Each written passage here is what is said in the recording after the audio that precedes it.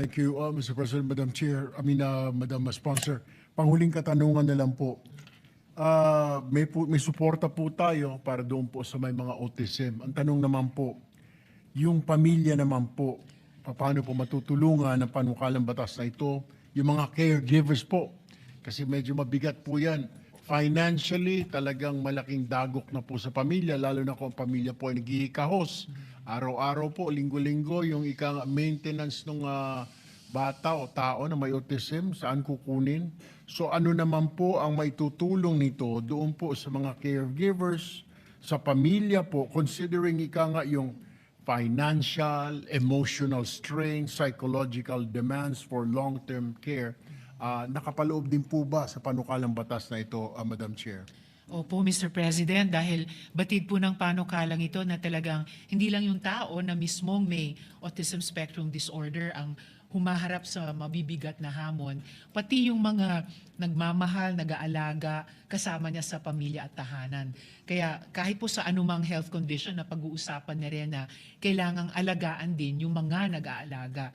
At pasok po yon dito sa ating kasalukuyang Section 10, Social Protection and Community-Based Support, kung saan nakasulat, the DSWD and LGUs shall integrate persons with ASD into existing social protection, assistance, and community-based support programs and family education and counseling services, provided that the DSWD and the LGUs shall develop social welfare programs and services responsive to the emerging needs of persons with ASD, their families, and carers, Mr. President.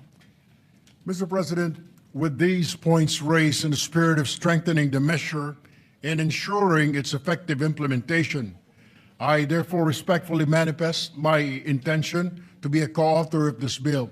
Thank you, Mr. President. Thank you, Madam Sponsor. Maraming salamat po, Ginoo mula sa Palawan, Ginoong co-sponsors. Salamat po, Mr. President. Mr. President, yes, Mr. President, next to interpolate is our Chair, Committee on Finance, Senator Win Gatchalian. I move that he be recognized. Senator Sherwin Gatchalian is recognized. Thank you, Majority Leader. Thank you, Mr. President. At the onset, let me commend Her Honor for coming up with this very important measure, very innovative measure that will address a reality that a lot of our families are facing right now, and this is autism. Malapit po sa puso ko ang panukalang batas na ito dahil meron din po akong pamangkin na meron pong autism at nakita ko po yung challenge sa pagpapalaki ng isang batang may autism kahit na ang pamilya ay merong kakayahan, no, meron kang pera, meron kang pondo, pero nakita ko pa rin yung challenge dahil yung mga services, yung atensyon na ibinibigay ng ating pamahalaan, no, para mabigay yung mga services na yun ay kulang pa sa ating bansa. At kaya ho, iniisip ko yung mga pamilya natin na galing po sa mahirap na pamilya ho natin, mas mahirapan ho sila kumuha ng mga ganitong serbisyo. That's why this bill is timely so that we will have a direction on how to address the needs of our children and also persons with autism. No. With that, would like to ask if Her Honor is willing to receive a few questions in support of the bill. Thank you, and very willing, Mr. President. I saw that the main point of the bill is in Section 2. This is the crafting of the National Plan of Action for Autism. Section 4, sorry. Section 4. The crafting of the National Plan of Action for Autism Spectrum Disorder. And I would like to ask Her Honor, ano ba yung mga nakita ng committee at nakita ng mga may akda nitong panukala na pagkukulang sa pamamaraan ng ating pamahalaan pagdating sa pag-a-address ng autism sa ating bansa. Dahil nakikita ko na ang konsepto nitong batas na ito is plan of action. So nakikita ko rin na kulang yung action ng ating pamahalaan. And admittedly, no, this is from a first-hand experience. So I want to understand from Her Honor, what are the points that were raised during the committee hearings and also during the meetings that Her Honor conducted? Salamat, Mr. President. Ang siguro buod nung ano yung kulang ay walang-walang plano pa rin talaga hanggang sa ngayon. Kaya fragmented din in a way, no? Fragmented ang nagiging mga tugon ng gobyerno, I guess even the private sector or civil society.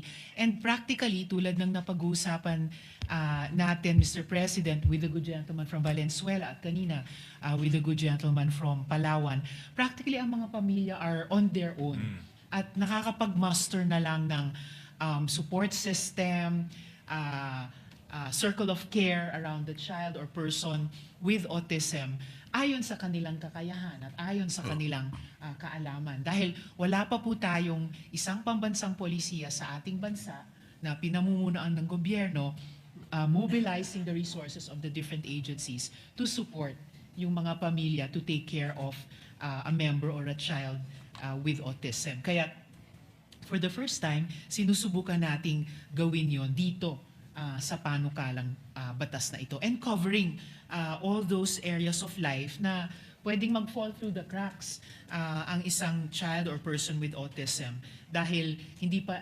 integrated yung pag-approach sa pagkupkup sa kanya. Whether sa kalusugan dahil nadidelay yung diagnosis and therefore intervention sa kanya, sa edukasyon dahil baka hindi ka agad capacitated yung classroom na i-integrate siya dun sa klase, hayaan na makinabang siya dun sa kumbaga general education happening in the classroom at hayaan din na yung mga children without developmental disabilities matuto din sa child with autism hanggang dun sa kabuhayan na yun na nga hindi pa talaga institutionalized at internalized sa iba't ibang parte ng ating ekonomiya na dapat may affirmative action talaga for persons with autism. Social protection, ganun din. Marami na tayong mga magagandang social protection programs, hindi laging nasasama yung mga persons with autism. And all the more po, participation, Mr. President. Before you respond, Your Honors, did we not forward this in the law that you and I passed, Your Honor, the National Mental Health Law? Actually, Mr. President, salamat po sa pagtanong niyan dahil yung isa pong inclination dito sa panukala ay stress na ang autism spectrum disorder, hindi lang po siya mental health concern. Definitely may kinalaman sa mental health kaya sakop po ng batas natin yung mga developmental conditions or disabilities lalo na ng mga bata and adults. Pero mas broader pa yung developmental concern dito. Hindi lang Alright, kalusugan so directly pero directly others. for autism, no? Yes, And Mr. then, President. But of course, the funding we have provided for in the National Mental Health Law in the Department of Health, right? Opo, that is right, Mr. All right, President. thank you. Salamat You po. may proceed, Senator Gatchalian. Thank you, Mr. President. And Mr. President, just basic data that I want to elicit from Her Honor. Ilan na po ang mga taong may na-diagnose na merong autism in our country? Sa mga taon, Mr. President, 2021 hanggang 2025, nasa rehistro na isyuhan ng ID, may kabuoang bilang na 98,245 na nasa autism spectrum disorder. Of course, inote po natin, Mr. President, na dahil ID system ang pamamaraan ng pagbilang ng mga individuals na nasa spectrum, posible po na may na-exclude pa dito. Iba na dapat na maipasok din sa sistema at yung mga panukala para sa pagpapaigting ng early detection, screening, and diagnostics. So maaring underreported po yung figure ng 98,000. And meron po tayong mga rehiyon dito sa ating bansa na mas mataas ang bilang ng nasa spectrum at may mga rehiyon na pinakamababang nakarehistro naman. And again, I would say na rehistro to. So maaring mas marami pa yung actual living with that condition. And may mga taon talaga na tumaas yung mga nairehistrong nasa ASD spectrum, lalo na mula nung mga taon ng pandemic. Yeah, I agree, Mr. President, that itong 98,000 might be understated. And this is a spectrum. So may mga bata o may mga tao na mas malayo sa spectrum or mas mahina sa spectrum. So naniniwala ako na itong 98,000 might be understated because ang diagnosis is very expensive in our country. One thing we learned in Valenzuela nung nagpatayo kami ng, we call it before yung Special Education Center, SPED Center ngayon, ILRC na. Yung diagnosis itself is napakamahal at pangalawa, ang hirap kumuha ng specialista to diagnose. So, maraming mga pamilya, hindi na sila nagpapadiagnose because mahal nga at hindi rin sila makahanap ng specialista. Kaya marami sa mga, lalo na sa mahirap nating mga pamilya, hinahayaan na, no? Or kung hindi man hinahayaan, pinapapasok na lang sa eskwelahan ng walang diagnosis. So,